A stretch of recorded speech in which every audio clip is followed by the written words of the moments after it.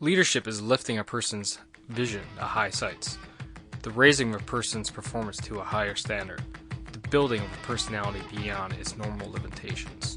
Peter Drucker said that once.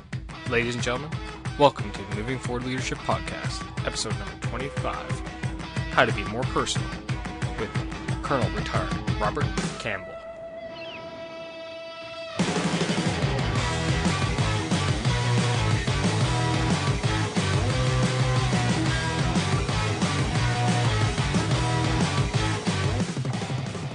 Hey ladies and gentlemen, welcome back to the Moving Forward Leadership Podcast. I'm your host and founder, Scott McCarthy, here with another exciting leadership podcast for you all. If this is your first time listening to the Moving Forward Leadership Podcast, first off, welcome. Second thing is, welcome to a podcast which is basically designed to give you practical tricks, tips, and advice on how to be a better leader, or a better follower, or a better person in general, really. I've based this podcast on my 20 years plus of leadership experience ever since I was a young guy to now today as a senior Canadian Army officer. So welcome. To those who are not first listeners, welcome back. Welcome back to episode 25. Pretty crazy, actually, if you think about it. Just got a few things to go over before we dive into today's episode with Rob Campbell. It's a great one. Rob, former U.S. Army colonel, lots of great advice in there that you will hear in the near future. But anyway, a few things to talk about. First off, what I'd like to do is just highlight just a few different things. First off is the Moving Forward Leadership website. I don't know if you routinely go through there, but if you go to movingforwardleadership.com, you will see a brand new spanking website, which was completely revamped by actual professional web designer, and due to some donations I received from the listening audience out there. So thank you to those anonymous people who donated money to help me bring a new resource to you, a better resource, I should say. And thanks to everybody who has come by the website since then and will continue to come by the website in the future. On there, you're going to see the sign up for the monthly newsletter.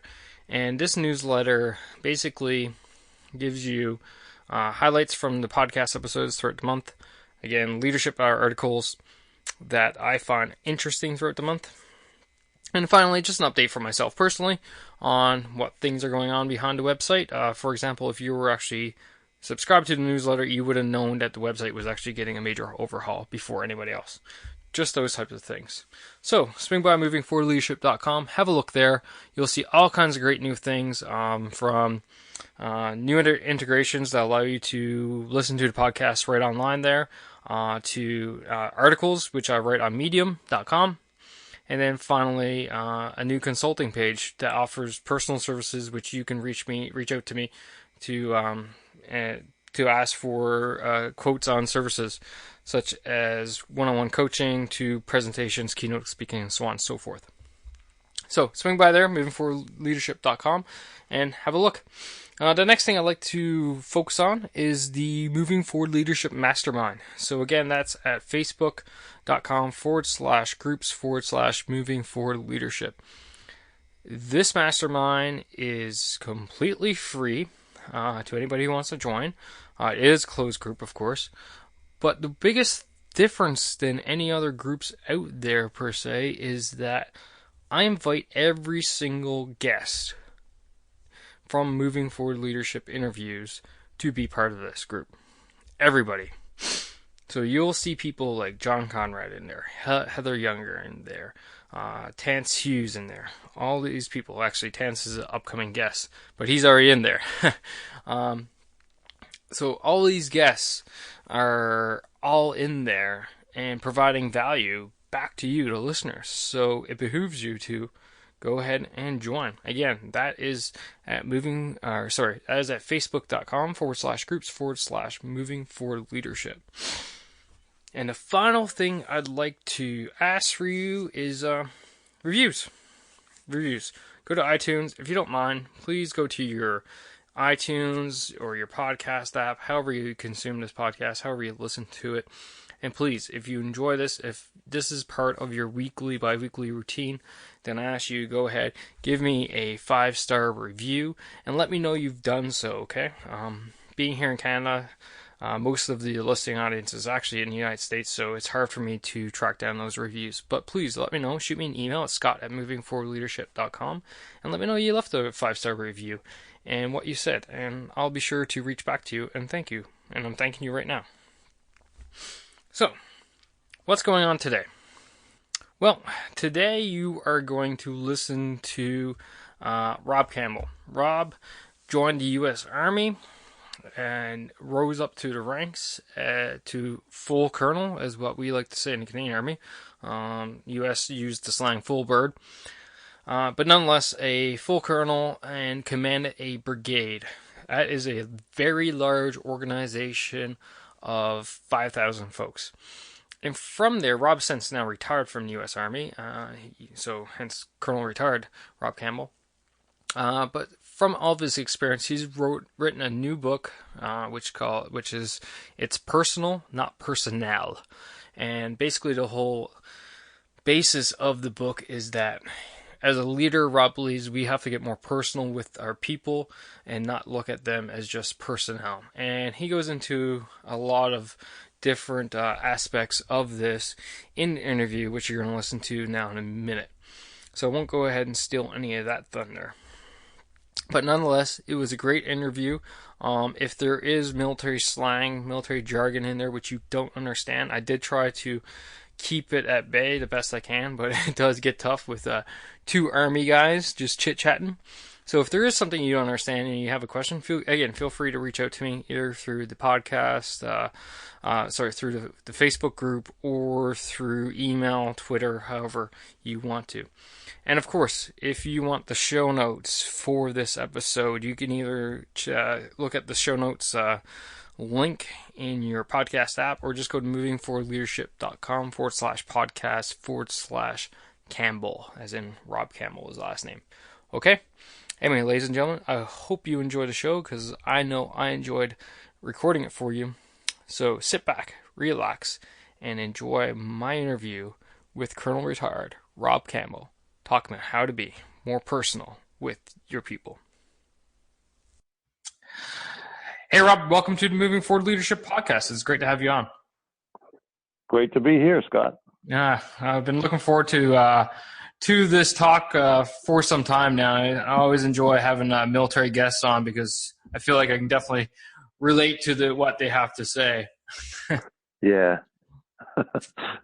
So one of the things that I always ask my guests is, give a bit about, without going too much into detail, I guess, because I'm sure we'll get into it as the podcast goes on, but just give a little bit of an overview of your background and, your story and how you got to where you are today for the audience out there.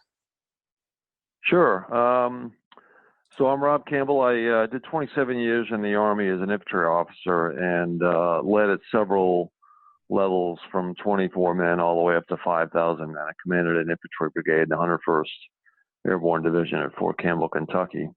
Retired last fall, and, the wife and I were at a different point in our life. The kids were off to college or graduated, and so we decided to make a break and go off on a new adventure.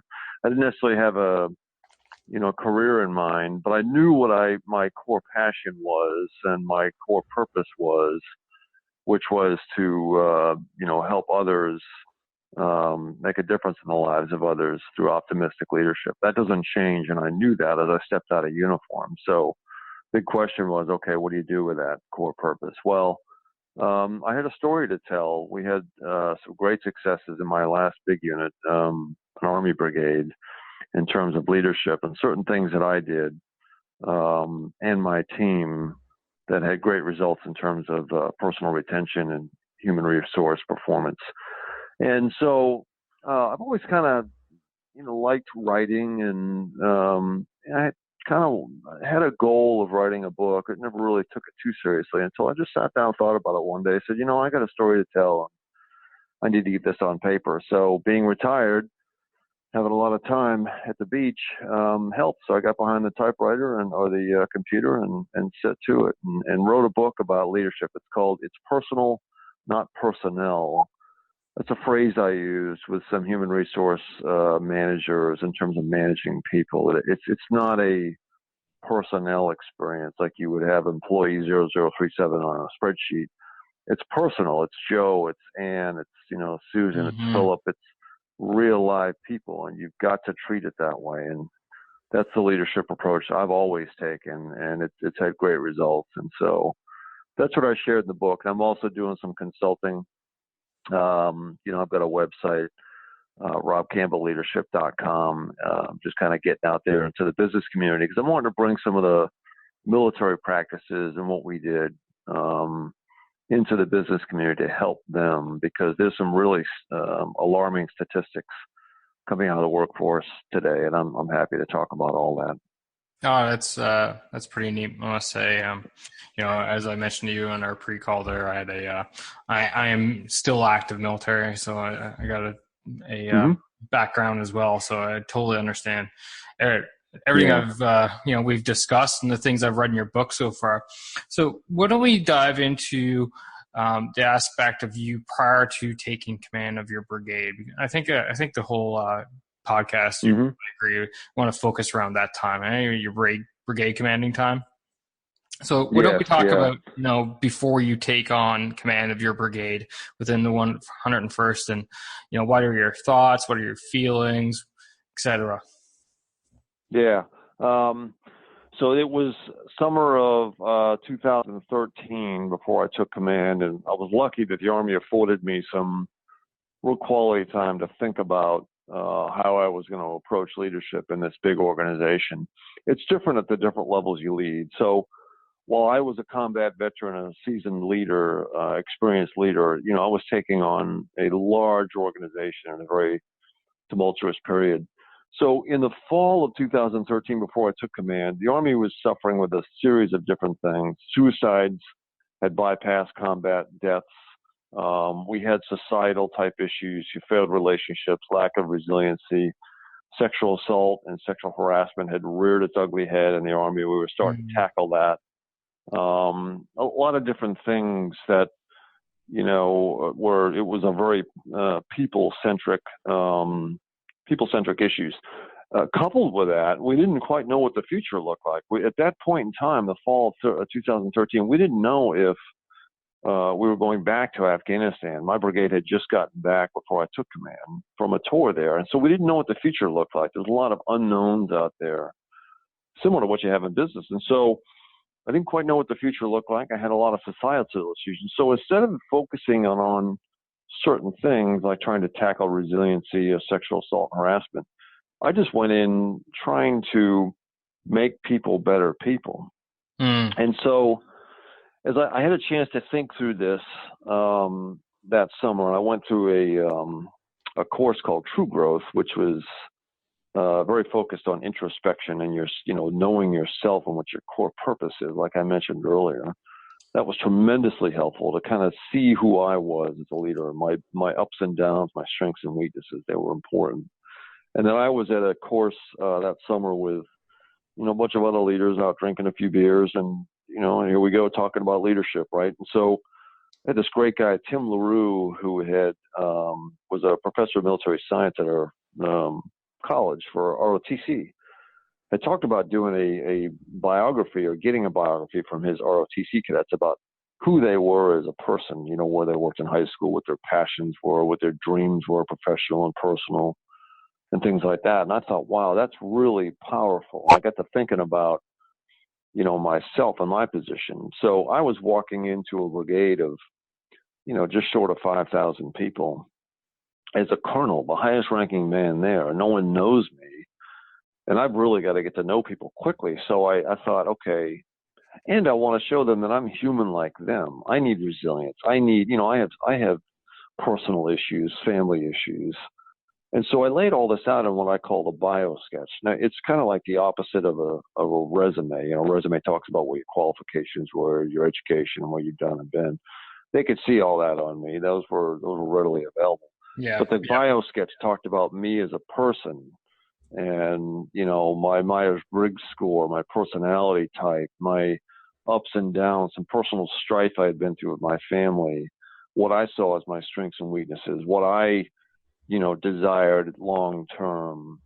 And so it really showed me as a human being there was risk in doing that. I was a bit vulnerable in exposing some of those weaknesses and being transparent. But I thought that was the most important thing I could do walking into command. So I had a real good chance to think about that document, create that document, and then walk in with that document and a investing in people approach, which I made number one in the brigade. Because I knew if I made people better people and I focused on our people, whatever the mission came, whatever the personal issue they had, they'd rise to the occasions, or leaders would know that they had that issue and we could care for our people. That's really neat. That's a really great idea. The whole biosketch thing is, Yeah, one of the first things, much like you, I try to do is show that, hey, I'm human too, just like everybody else, right? And I think that's right. one thing that I wouldn't say it's lacking in leaders today, but it's definitely something that leaders should put an emphasis on, because often people believe that they need to be seen as the one that has all the answers, the one that knows everything, one Right. that, whereas no, people are going to relate to you better if you show them that, hey, you're just human, just like everybody else. Everybody's trying to get through life here and doing the best Yeah. for them, for themselves, their family, and their coworkers, and their organization and stuff like that. So Yep. that's No. really neat. I've never Yeah. heard of it No. done. I always appreciated working for people that were that way, that were would share their weaknesses and their own struggles and be more transparent. That alone. So I offer a bunch of different um, you know techniques in the book for leaders to use if you want to invest in people. If Mm-hmm. you do nothing else but a bio sketch and you show some transparency and you're vulnerable a little bit to others around you, that alone can have huge effect. I'd do anything for a leader that shared with me his or her weaknesses and his or her problems. I'd share my own and we'd grow together. Oh, absolutely, for sure. And Yeah. you start building that trust and the relationship and the loyalty between you two. It's great. Um, Yep. Before we dive in more, I think actually we kind of need to do a quick little sidetrack for the audience out there who don't have a military background. Can you just give a quick, brief explanation of what a brigade is? Because when you say brigade to me, I totally understand it, and when I say it back to you, you get it, obviously. But Yeah. not everybody may get that, and yeah, you say 5,000, and immediately people get the size of it, but the complexity with the various different types of units that you have and their individual Yep. issues and et cetera. So if you can just break that down quickly, I think that'd be beneficial. Yeah. No, that's a great question, a great point. I'm a victim of my experience. I speak a lot of military speak. So, um, It's army folk in general, right? yeah, yeah. Now, an Army brigade is it's somewhat of a standalone organization. You can send it to remote areas, and it could function by itself, mostly by itself. It needs some other types of support, but it can do everything it needs to be done in a combat environment. So I had seven, and not all brigades are the same. So it's anywhere from 5 to 7 subordinate franchise organizations underneath that corporate headquarters. So I was a CEO essentially. And then under me, I had my franchises run by lieutenant colonels. These are guys with, 16, 18 years in the Army. Um, and they have anywhere from 400 to 700 people in their organizations. Under that, you've got a series of franchises which are called companies or troops. Those are anywhere from 70 to 120 people each, and there's about 50 or so of those in a brigade. So if you can imagine the brigade headquarters being the corporate level, and I'm the CEO with my C-suite up there, executive officers and operations and finance folks, and all the things that you would have in running an organization. And then your franchises under that, which replicate that kind of sub-organization. And then the companies down below, which are the franchises that actually get the work done in the field. So I had infantry battalions, 3 of those, which are the war fighting organization that, close with and destroy the enemy and do all kinds of different things in modern warfare. And then I had a support battalion, which would support the organization, with food, water, and ammunition, all the things that we needed to fight. Had a cavalry organization that could do a lot of reconnaissance for me and go out and see the battlefield, report back, give me some flexibility to kind of see, the environment out there and what was happening. And then I had an engineer battalion, which was a kind of a multifunctional organization. It had my signal capability, and it had my intelligence focus capability, had engineering capability to be able to build things or blow them up, a variety of different things. And then I had an artillery battalion for a little while, and that was for the larger artillery pieces that could, bring lethal effects deep into it. So kind of a diverse organization to do a variety of different things, but allow us to fight as a standalone organization in a combat zone. So similar to what you might see in a business, being a corporation with a diversified portfolio, and then sub-organizations underneath the corporate level to be able to do what needs to be done. That's a great rundown for sure, and I'm sure the listeners out there. Mm-hmm. So you've taken command now. What did you find when you showed up to your new command billet? How were things running there? Well, it was a great unit. I'd taken over from a friend of mine. And so, I walked into a very good, mature organization, certainly with a, amazing history, fighting all the way back in World War II. All of that was alive and well, but the unit was in somewhat of disarray because it had just returned from a combat deployment. Not everybody went forward. Most of the brigade did. And so you had the typical fracture in a cohesive organization. No fault of my predecessor, but just typical of an organization that came back from combat. They had a lot of them were very proud of what they had done in Afghanistan for security force assistance, helping the Afghan security forces get up and running instead of us doing the fighting. They were fresh off the battlefield having done that, so they were proud of that. But I didn't know what the future looked like, and so that was a niche capability. I had to get us back to more of a foundational readiness perspective in terms of the wide variety of what we might see in a combat unit. Administratively, we had some struggles, as we brought in it's kind of like a wholesale leadership change out of all the franchises I just mentioned, and myself. So all that came in new. So that can create turmoil in our organization if you don't lead right, if you don't get it right from the start. So somewhat of a fresh plate in terms of what the future looked like, and then the leadership on top of the organization. But I found an organization that was proud of what it just did, but looking to the future and trying to figure out what's going on next. And then, of course, all of the troubles I mentioned earlier existed there, just like every other Army brigade. Yeah. So that's kind of what I walked into. And, I've read the chapters of your book there, and the one thing I think really honed with me, you talked a bit about bringing your we'll call it the chief human resource officer. Yeah, in Army lingo, you guys refer to S1, or Canadians, we refer to as the G1. But anyway, your HRO, you bring them in and you really put them under your wing, which is not something you see often. Eh? What kind of what kind of feedback did you get towards that? It was different. I mean, a lot of my peers would, walk into their organizations and grab their operations officer first, because that's the person that, ran all the training and got the organization ready to go in terms of combat readiness. Well, my operations officer certainly got a lot of my attention.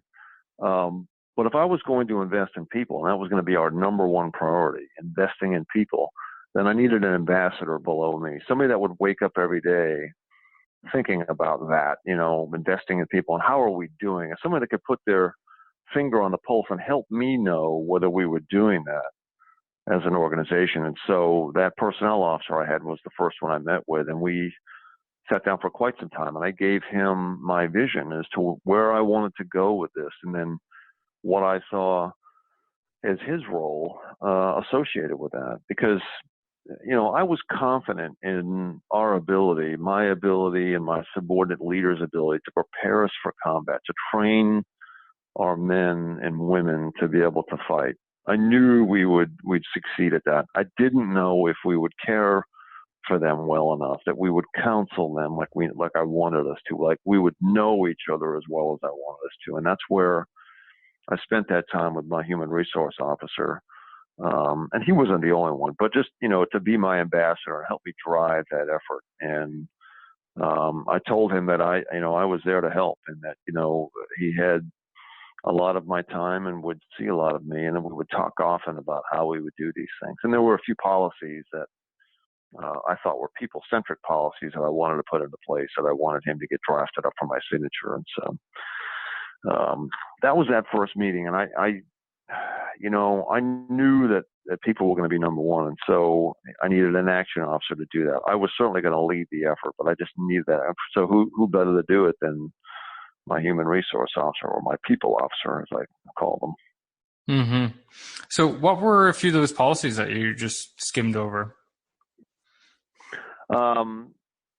The one of them was about our annual evaluation. So the Army has, this annual evaluation report, or anytime there's a change of position, you do that kind of report. And I had seen too much in my career where those were very impersonal, as I call it. It was emailed to you. You never got a chance to talk to the person that was rating you, or it was given at the very last minute, or it was done after its due date. So, if a person had changed a position on the 12th of November, let's say, the report is due to Human Resources Command at Army level. I think it's 60 or 90 days after the fact. That's the deadline to get it there, right? So when you give somebody that kind of leeway, they're going to take it. So those reports wouldn't get done until well after the transition date. Yeah, take it well, and then some. I backed that up, and I said, no, these reports will be done before that date, and they will be delivered in person, and the counseling will happen in person.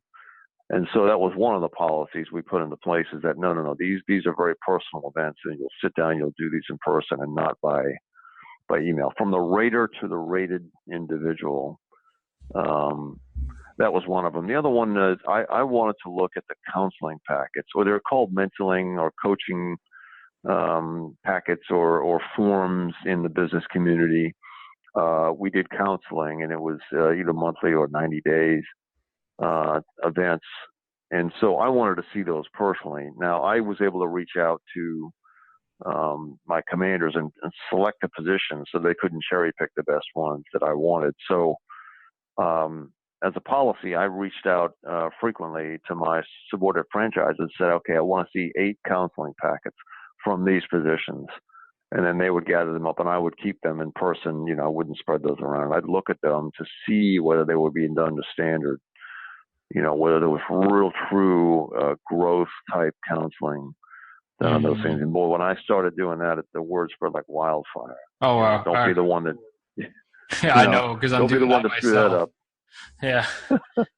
It's funny. Those are a few of the things. Yeah. It's funny when all of a sudden you start focusing on something, how quickly everybody else starts focusing on it as well. Oh, yeah. Yeah. Now, if you want to drive change, it's what you pay attention to. Like I write about in the book, a mentor of mine said, your organization will know what your priorities are based on your calendar, where you spend your time. And so I had a third of my calendar dedicated to investing in people type activities, largely counseling, sitting down at an hour, for an hour with those subordinate franchises I just mentioned, doing some real true counseling. And I was deaf on it. I stuck to that, because there were lots of things in the brigade, but there were other people that could handle those things. I was the only one that could counsel those subordinate leaders the right way, and so that was one of the other things I did.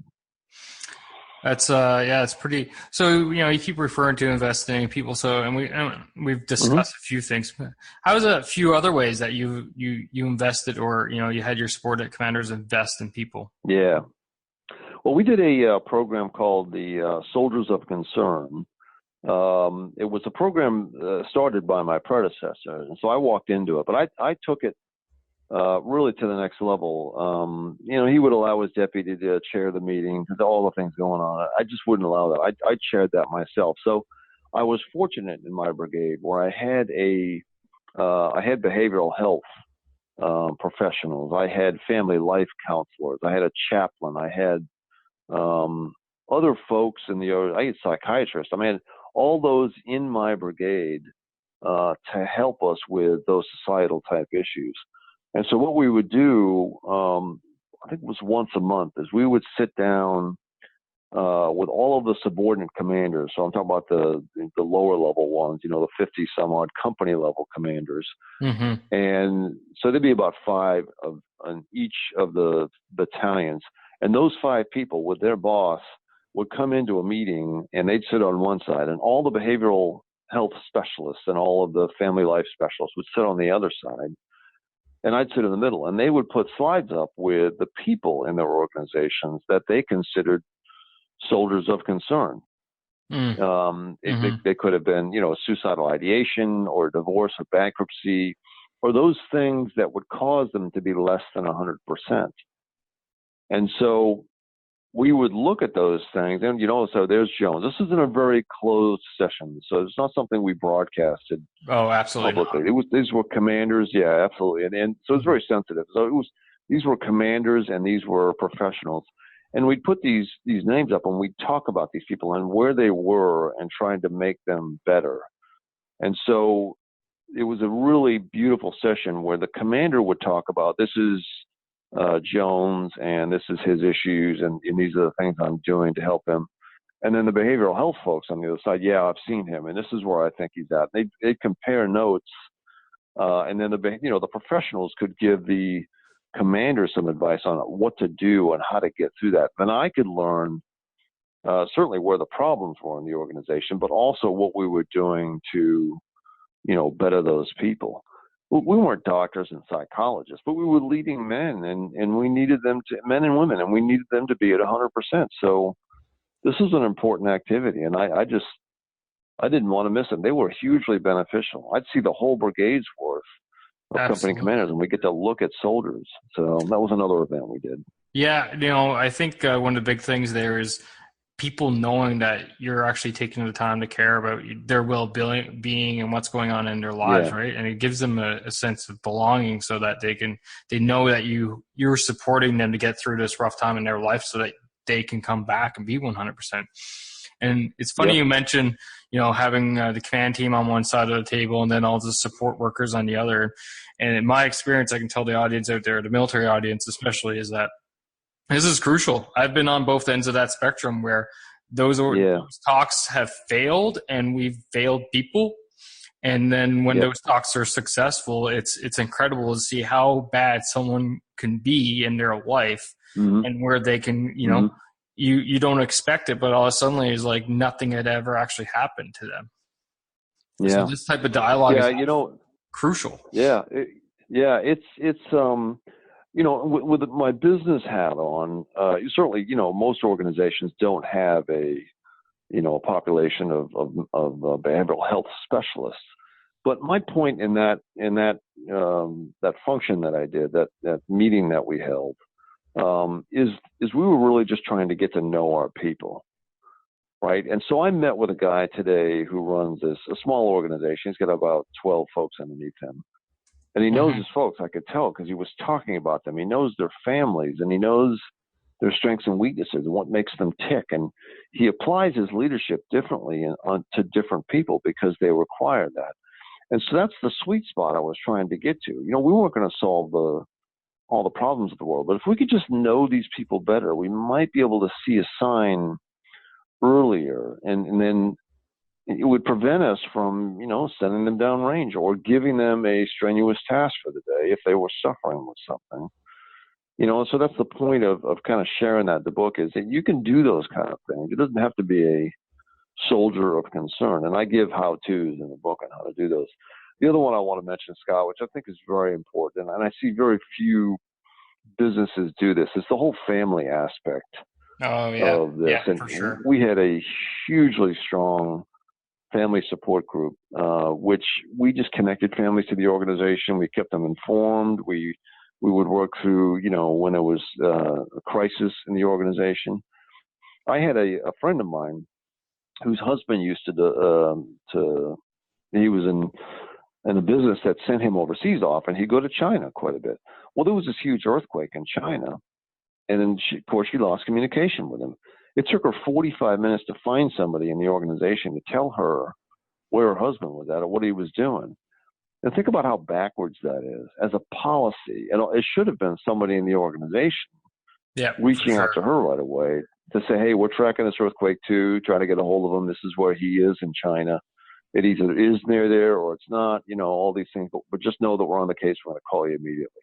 Mm. Or even ahead of something like that. Hey, Lisa, we know that your husband's been gone he's been gone for a week, and we know you got a few young kids. We're just calling to see if everything's okay. If there's anything we can do for you, call on us. I mean, those kind of things go over huge, and they build loyalty and prevent turnover and all those things that are enormously costly in organizations. Well, if you think about it, your family is the most important thing in your life, or well, I will Yes, assume. So if the absolutely. organization you're within is looking out for their well-being while you're not there, like that just drives loyalty and everything so Yes, much, right? without question. Yep. So I'd And just like it's to not change. hard. It's a phone call. Yeah, for sure. It's just a phone call. It's just a matter of saying, Yep. "Hey, how are you?" Yeah. Just Yep. like you were talking about. I'd just like to change gears a little bit here now, and I'm just wondering about some of the challenges that you came across with this new approach that you were implementing within your brigade. Were you finding it difficult?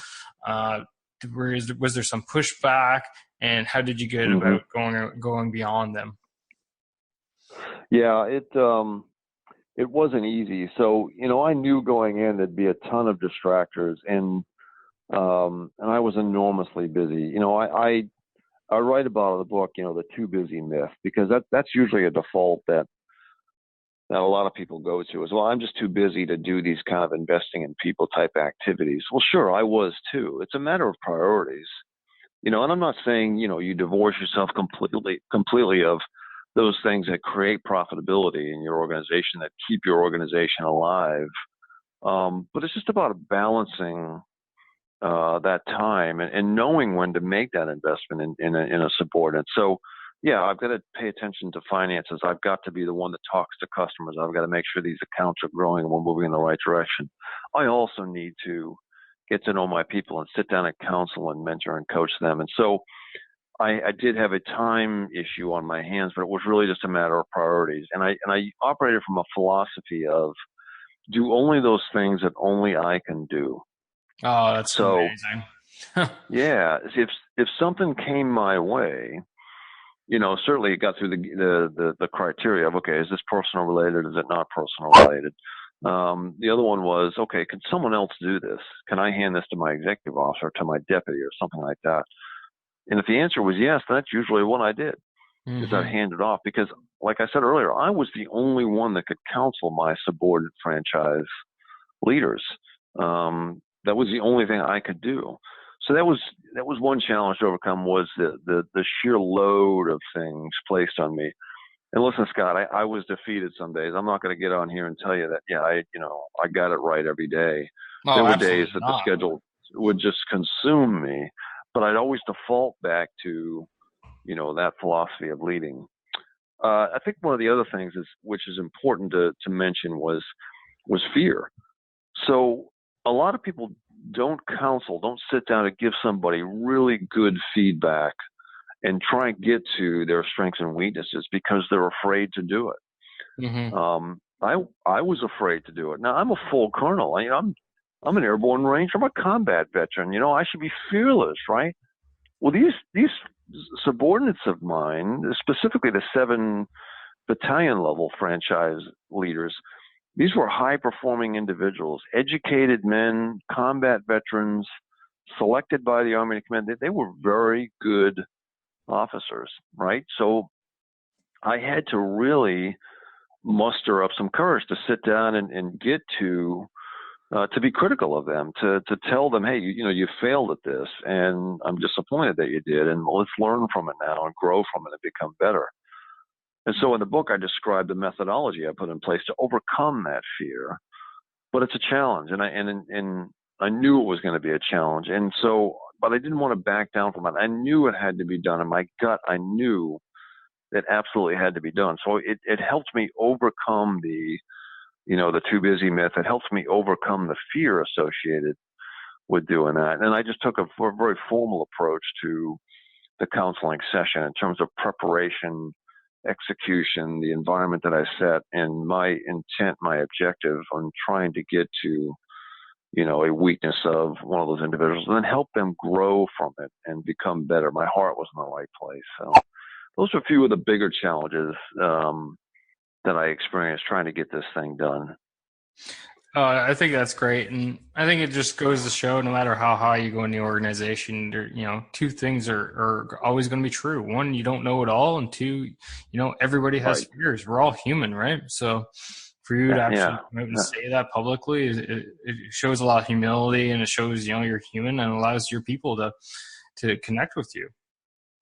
Yep, the ego is an evil force, and I write about that in the book too, and just how powerful it can be, because we've all got one. You've got an ego. I've got an ego. And it always wants us to be right. It wants us to complain about everything. And it just, it wants to kind of shut other people down. But you've got to realize when that thing rears its ugly head and be able to beat that down and be humble and just, transparent. And there's risk associated with that. Some think you look weak doing it. I submit that it's the opposite. I think it only makes you more powerful. Yeah, I agree with you. And it's funny you say that there's a risk associated with it, because, if you think about it, being in the Army is a very almost egotistical centric type organization. Yeah. And that, sure. And for the right reasons, I'll add with that, they have to believe that they're the best, right? You can't go into a combat zone thinking that you're not, because you're just really setting yourself up for failure. It's all about mindset and stuff. Yeah. So opening yourself up. So one of the things the Army struggles with, and it continues to do so, is our loyalty behind the commander. And what I mean by that is I don't mean to say that that's a bad thing, because in combat, when the boss says, go left and do this, you've got to follow that. And you've got to do that immediately, and you've got to do it to the best of your ability. There's no time for question and debate. But in peacetime, as you're building an organization, we ought to have that debate. We ought to have that, I wanted my subordinates to be critical of me and what we were doing. I was certainly prepared to make the decision. And once I did, then I wanted everyone behind it. With everything we had, but I wanted my subordinates to be critical. I was okay with, a subordinate of mine saying, "Hey, sir, I disagree with what you just said. This is how I would do it in an approach to do that." But too often in the Army, it's this: "Oh no, the boss just spoke. We've got our books out. We're copying everything he said. And by God, we're going to get behind that with everything we've got." Mm-hmm. I don't think that helps in an organization, but unfortunately, and that can be the same in a lot of businesses where you just, the boss speaks and that's it. There's no questioning. You just get behind it. Well, how could one person be that smart? No, I agree wholeheartedly. I think your subordinates need an ability to, again, professionally question what you're saying, right? And mm-hmm. you in check. And I do that with my closest guys. I say, listen, there is a way to do this. You can do this freely, but you do it right. Mm-hmm. And as long as you show them, you give them those guidelines or arcs, as we like to say, it works really well. And some days you're just not on your game, and all of a sudden you're making a decision which is not on whatsoever. And then all of a sudden when you're up, right, you're like, whoa, you're averting disaster ultimately. Yeah, there's incredible potential in our subordinates out there. And I'm reading a book right now called Multipliers by Liz Wiseman. It's very, very good. It just talks about, bringing that potential out in our people, because a lot of it's sitting there dormant because, you either squash their potential by your egotistical behavior, or you just never challenge them to pull that out of them to be able to do what it is that they're really capable of doing, or you don't assume the risk that, they're going to screw it up along the way and fail a few times before they get it right. Boy, when they do, it'll be amazing. Mm. So, I want to keep this moving along because before we know, we'll be butting up on 2 hours chatting. Yeah. Were there any, when you came near the end of your tenure there as brigade commander, what are some of the core lessons learned that you came out with your whole? Yeah. Well, and we certainly we got. I knew that it worked. Looking back on it, we were the #1 brigade in the Army for human resource performance in the United States. We led our division in retention. Soldiers wanted to stay in the organization, so there were definitely some positives that came out on it. Where I learned what I might have done better, my vision statement was probably a little too big. In the book, I talk about building the foundation. Before you can invest in people, you've got to have, a vision with values and culture all codified and documented words. Everybody knows what it is. You got to know yourself very well, and then you got to know your people. And you got to have priorities, enduring priorities and then periodic priorities. Those, priorities, vision, and then knowing yourself are the 3 foundational pillars, I think, to leading an organization. Looking back, towards the end, I think our vision statement was too long. It tried to encompass everything that we wanted. And in the book, I write it over, essentially. I create a new one for the organization as I reflected back. Our vision was, a vision, first off, is a picture in your mind that's codified in words. So for my brigade, it was the soldier with his or her combat equipment on, ready to go to war, ready to step onto that aircraft, which would deliver them into harm's way. That was the vision. It was a future state. And everything we did was centered on getting the soldier to that point, his or her formation to that point where they were ready to go off to combat. But we tried to encompass all kinds of different things in that vision statement. So it just became this lofty, huge statement. We were lucky that we got everyone behind things. When I left the brigade, I thought it was ready to go just about anywhere from what we had done. But it could have been a little more succinct. It really should have been something more along the lines that, talking about the ready and relevant warrior, as simple as that. And then everything you do gets behind that. So that was one of the things, I learned. Looking back on it, it should have been a lot simpler. We were just trying to be everything to everybody. In an organization, you just can't do that. No, I always say I prefer quality over quantity, right? And that's, you can't, like you said, you can't be everything to everyone. You kind of got to. No, you can't. You got to pick you that. Can't. And people like brevity. Area, right? If you can keep it short, they'll remember it if you keep it short. So that's it was that. And then there were a few people that I guess kind of surprised me. And as I look back, I take ownership on any of the failures. And so when I look back and say, okay, did I do enough to get to know that person? I had done, one of the other things we did was sensing sessions where I'd bring in subpopulations inside the brigade, like maybe all females or maybe all sergeants, not everyone, but a sample, size of that population to give us bottom-up feedback. 360 surveys were helpful, and those were things I had the ability to do, to get feedback from the people that served under or at the same level or above that individual that I wanted to know more about.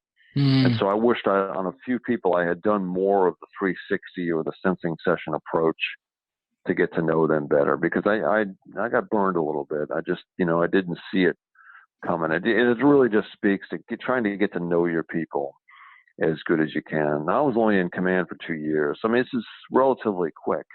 A lot of business leaders are there for year upon year. So you get a little more time and, to mature that relationship and get to know them. But those are some of the things I look back and say, I wish I was just a little bit better, or we as an organization were a little bit better in that respect. It really is, and we feel it on this end of the border as well. That ability to truly get to know, deep down all your people within a short amount of time. Yep. I'm coming up on the latter part of my 2 year of command, and many of Hmm. the same feelings are there. And my organization is much smaller, only hitting around 200 right now compared to your 5,000. Yeah. So I can only imagine, the difficulties in trying to get to know everybody, even your company Yep. level commanders. It'd be very difficult for sure. So, Yeah. It was hard. Go yeah. ahead. So as we get getting near the end of the conversation here, is there anything you'd like to point out from your book that we haven't really covered right now? I think just the knowing of people. So we mentioned that a few times, and I talked about going into to counseling sessions and trying to get them.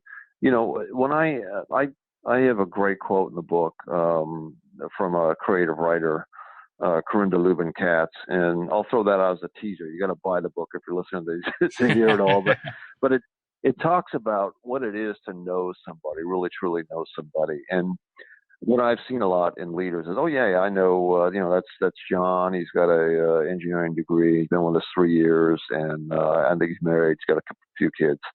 That's not near enough. I'm talking about that's John.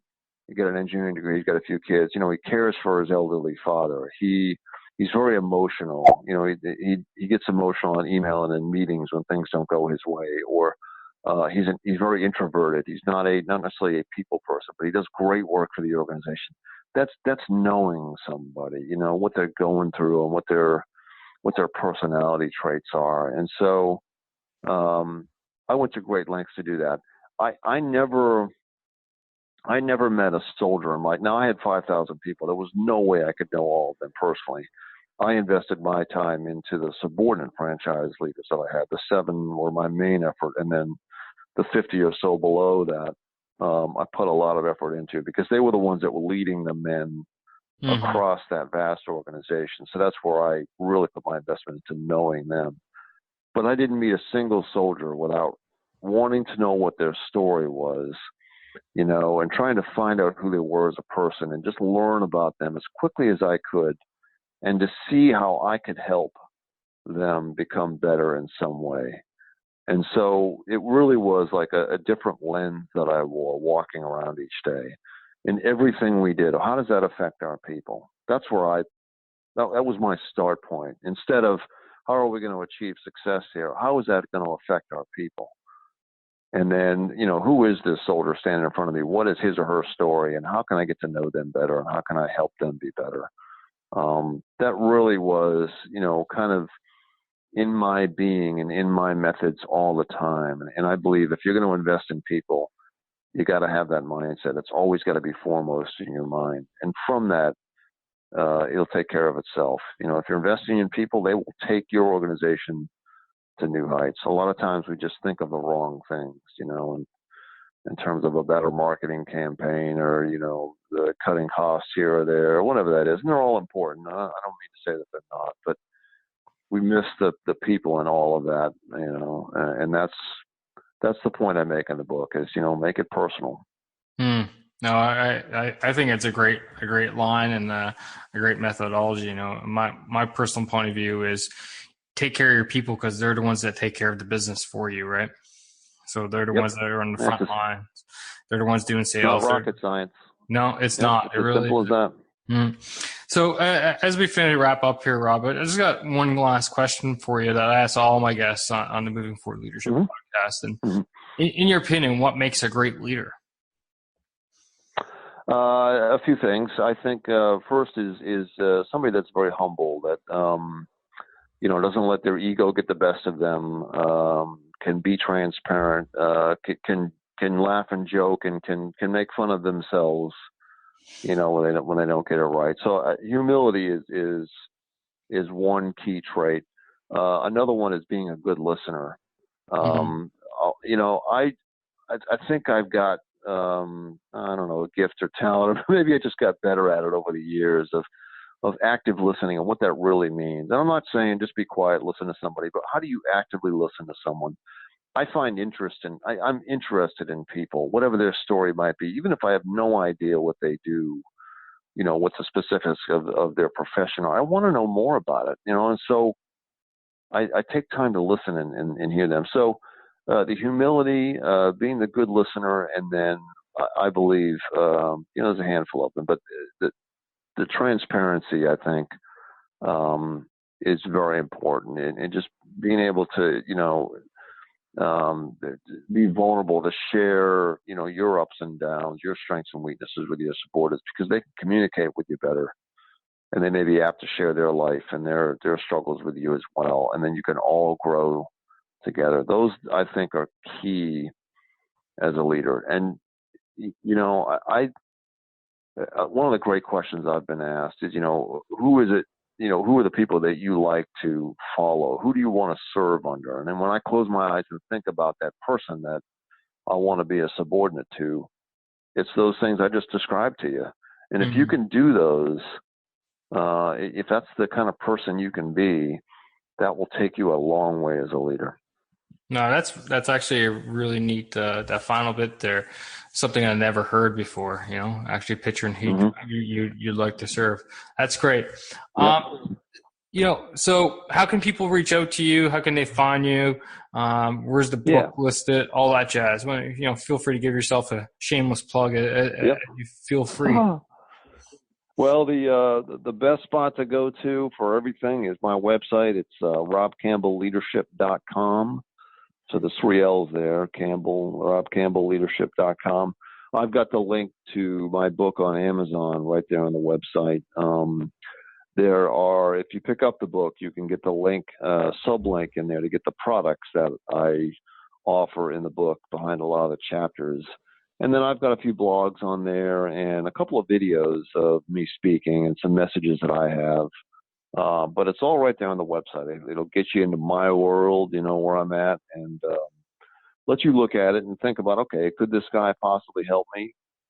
Reach out and let's see, let's have a conversation. That'll cost you nothing. Let me get on the phone with you and then tell me what your struggles are, and then we can strategize about what your problems might be. And if I don't think they're leadership related, if it's a marketing or a finance thing, then I'll be the first to say, hey, I'm not your guy. I might know somebody. But if they're leadership related, if I think that there's a gap there, then let's figure out what we can do to help. Because today's workforce, 70% of today's workforce is disengaged from their organization. A lot of them are just showing up, drawing the paycheck. They don't share their boss's passion for trying to grow that organization and take it to new heights. We got to do something about that. My book is part of that, and I talk about that on the website. And if you're suffering from that in your organization, give me a holler and let's see if we can fix it together. No, I love it. Absolutely love it. It's definitely the job of leader to help, get people engaged and get them moving. Rob, I thank you. I thank you for your time. I thank you for your words and ultimately, your service as well. I served next to the U.S. Army in Afghanistan as well. And you guys Mm-hmm. are awesome. You've always been great to us Canadians. So I appreciate it. Good stuff, Scott. Thanks for your service, and it was great talking to you today. Thank you. And for all the listeners out there, as always, stick by for about 3 seconds worth of your in time for you as I talk about my key takeaways from my conversation today with Colonel Retired Rob Campbell. Hey, everybody. Hope you enjoyed that talk I had there with Colonel Retired Rob Campbell. Pretty neat story and lessons learned, don't you think?